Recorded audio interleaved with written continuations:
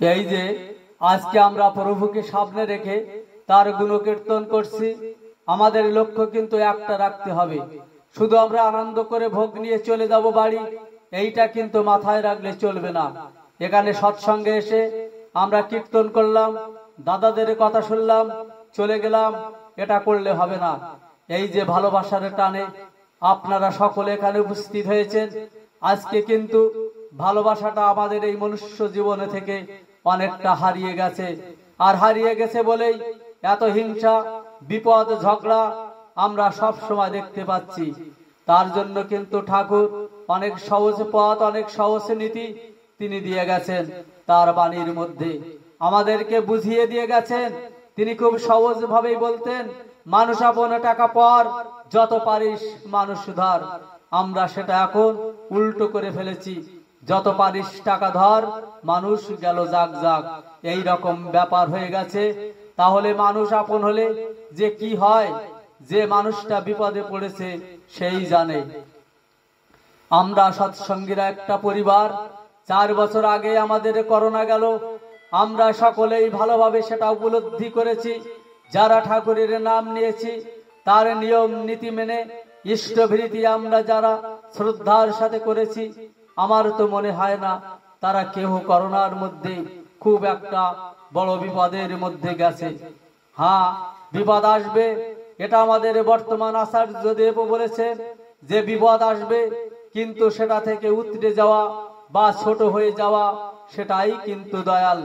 আমরা দয়ালকে ধরে কিন্তু এটাই পেয়েছি। আমরা যদি ঠাকুরকে প্রকৃত ভালোবেসে থাকি, তাহলে ঠাকুরের যে কথা, মানুষের জন্য তিনি একটা সাম্রাজ্য ত্যাগ করতে পারেন, তাহলে কত বড় কথা। আমরা একটা টাকার জন্য ভাইকে ছেড়ে দিচ্ছি।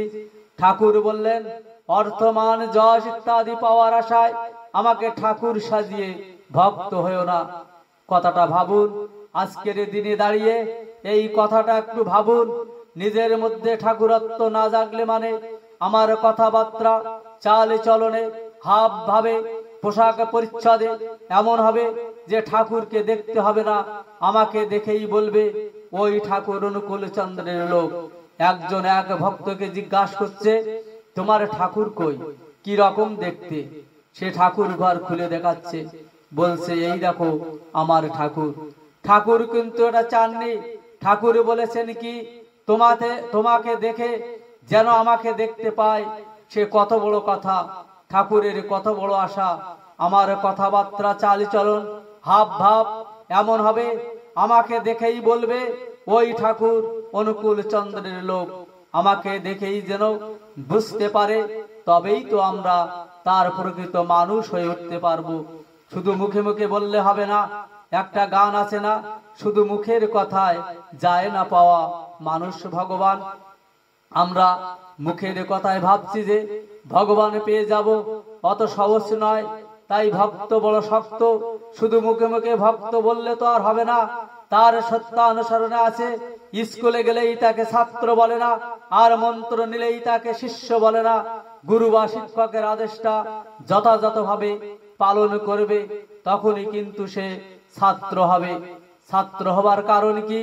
যদি সে শিক্ষকের কথাটা শুনে, সে ঠিক পরীক্ষায় পাশ করবে, সে জীবনে বড় হবে।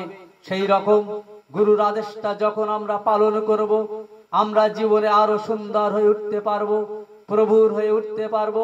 তাই ঠাকুর বললেন, ঈশ্বর তোরে বাসেনে ভালো, তাতে তোর কি? তুই যদি না বাসলি ভালো, সবই ছায়ে ঘি। ঠাকুর যখন সবার মাথায় থাকেন, তখন জীবনটা মধুময় হয়ে যায়। সেই জন্য তো কবি বলেছিলেন, আপন করিতে কাঁদিয়া বেড়ায়, যে মরে করেছে পর, কিন্তু আমার পরম প্রেমময়। শ্রী শ্রী ঠাকুর বলেছেন, জানিস আমি কাউকে পর মনে করি না, সবাই আমার আপন। তাই কারোর ক্ষতি হোক, অমঙ্গল হোক, এই চিন্তা আমার মাথায় আসে না।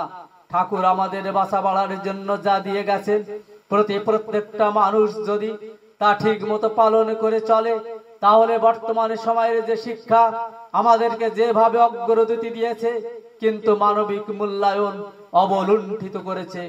আমরা যত উচ্চ শিক্ষিত হচ্ছি, যত উচ্চ পর্যায়ে চলে যাচ্ছি, যত হাঁটার পথ থেকে বিমানের পথে, রকেটের পথে চলে যাচ্ছি, ততই আমাদের বাস্তবিক জীবনটা সংকুচিত হয়ে যাচ্ছে। সেই সংকোচন কেন? তার একমাত্র অভাব হচ্ছে ভালোবাসা।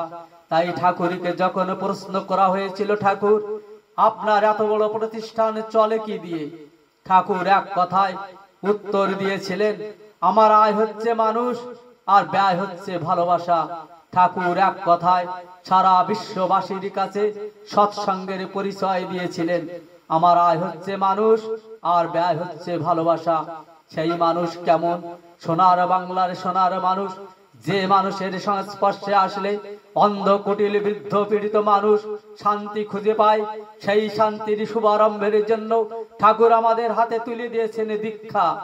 আজকের আলোচনার বিষয় আদর্শ সমাজ গঠনে মায়েদের ভূমিকা। আমরা কেমন করে আদর্শ সমাজ গঠন করব? আমি যদি আদর্শ সমাজ গঠন করতে চাই, আমাকে আদর্শ পরিবার থেকে বের হয়ে আসতে হবে। আমার কাছে আদর্শ থাকতে হবে, আমাকে আদর্শ হতে হবে। আমি নিজেই কানা, আমি আর একজন কানাকে কিভাবে পথ দেখাবো? আমি নিজেই ল্যাংড়া আতুর, আমি আর একজন ল্যাংড়া আতুরকে কিভাবে চালিয়ে নিয়ে যাব? তাই তার কাছে আমাকে যেতে হবে, যে আমাকে দেখে আমার ভূত ভবিষ্যৎ বর্তমান সবকিছু বলে দিতে পারবে। পরম পূজ্যপাদ শ্রী শ্রী বড়দাকে প্রশ্ন করা হয়েছিল, বড়দা আপনি মানুষ দেখে কি চিন্তা করেন? পরম পূজ্যপাদ শ্রী শ্রী বড়দা সেদিন বলেছিলেন, জানিস আমি মানুষের পেছন দেখে বলে দিতে পারি তার চরিত্র স্বভাব ভূত ভবিষ্যৎ বর্তমান কি। আমরা হাত দেখে বলি, আয়ুরেখা ব্রেন লাইন কত কিছু বলি। পরম পূজ্যপাদ শ্রী শ্রী বড়দা তিনি বলেছিলেন, আমি মানুষের পেছন দেখে বলে দিতে পারি সেই মানুষের ছেলে হচ্ছেন বর্তমান আচার্যদেব শ্রী শ্রী দাদা। তিনি আমাদের সৎসঙ্গকে চালিয়ে নিয়ে যাচ্ছেন। আর এই সব কিছুর যিনি সৃষ্টিকর্তা, তিনি হচ্ছেন পরম প্রেমময় শ্রী শ্রী ঠাকুর অনুকূল চন্দ্র। কে তিনি? কি এই সৎসঙ্গ? কে এই লক্ষ্মী স্বরূপিণী বড় মা? এর সব কিছুর বাস্তব কর্মে পরিণতি দিতে বর্তমান আচার্যদেব সারা বিশ্বব্যাপী ডিপিআর চালু করেছেন অবিন দাদার পরিচালনায়। আজকে আমাদের বাড়িতে আত্মীয় স্বজনে গেলে ভালো বিছানায় ঘুমাতে দেই, বাজারে থেকে ভালো মাছ সবজি এনে রান্না করে খাওয়াই, কিন্তু আমার ঘরে ঢুকে যে পরম প্রেমময়কে দেখে ঠাকুরের আসনটা একদম কাপড়গুলো মলিন ময়লা, বাসনগুলোতে দাগ পড়ে আছে, ধূপদানিটা একদম দাগে কালো হয়ে আছে, তা দেখতে কেমন লাগে মা? আজকে আপনার বাড়িতে ভালো মিষ্টি খেয়ে আর এক দাদার বাড়িতে যখন রসমালাই খাবেন, তখন বলবে আপনার বাড়ি থেকে ওই দাদার বাড়িতে ভালো খাবার পেয়েছি, শেষ হয়ে যাবে আপনার প্রশংসা।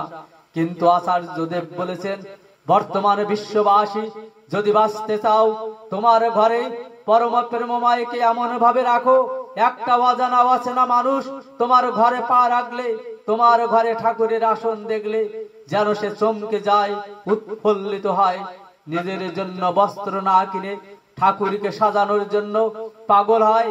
আমার মতো এখানে দাঁড়িয়ে ঠাকুরের কথা না বলতে পারেন, আপনার বাড়িতে ঠাকুরকে দেখে যে আনন্দ সে পাবে, যে পরিবর্তন তার হবে, তা আমার চেয়ে অনেক পুণ্যের। তাই ঠাকুরের আসনকে সাজান, প্রতিদিন 10:30 11টার মধ্যে ঠাকুরকে ভোগ নিবেদন করুন। পেটে ক্ষুধা মলিন হয়ে গেলে আমরা কি বলি? পেটে পিত্তি পড়ে। আজ ঠাকুরকে 10টায় দিলেন, কাল 11টায়, পরের দিন 4টায় 5টায়। না মা, যেমন ঠিক 10 মাস 10 দিনে মায়ের গর্ভ থেকে সন্তান এই পৃথিবীতে আসে, ঠিক তেমনি 10:30 থেকে 11টার ভিতরে আমার ঠাকুরের ভোগ নিবেদন করতে হয়, মেনে চলতে হয়। করো হও পাও, করাই পাওয়ার জননী, না করে যে পেতে চায় দুঃখ তার পিছে ধায়। আমরা বলি ঠাকুরের দীক্ষা নিয়েছি অনেক দিন হলো, আমাদের উন্নতি কেন হয় না? আচার্যদেব বলেছেন, এই খুব গরমে হাতে পাংখা নিয়ে বসে আছিস, গায়ে বাতাস লাগবে, পাখা নাড়াতে হবে, সেই নাড়ানোর সময় এসেছে। তিনি যে প্রেমের অমৃত পেয়ালা নিয়ে এসেছেন, আসুন আমরা সেই অকুণ্ঠ প্রেমামৃত পান করি। আর আমরা যারা তাকে গ্রহণ করেছি, যোজন যাজন ইষ্টভৃতি সস্তায়ন সদাচার কাটায় কাটায় পালন করি। আর যারা এখনো তাকে গ্রহণ করি নাই, গ্রহণ করে দেখি আমরা প্রত্যেককেই সেই অমৃত ধারায় স্নাত হই, পুত হই, পবিত্র হই, এই প্রার্থনা জানিয়ে এতক্ষণ পর্যন্ত যারা আমার এই ইষ্ট প্রসঙ্গ শ্রবণ করলেন তাদের সকলের মঙ্গল কামনা করে আমার এই বক্তব্য এখানেই শেষ করলাম। জয়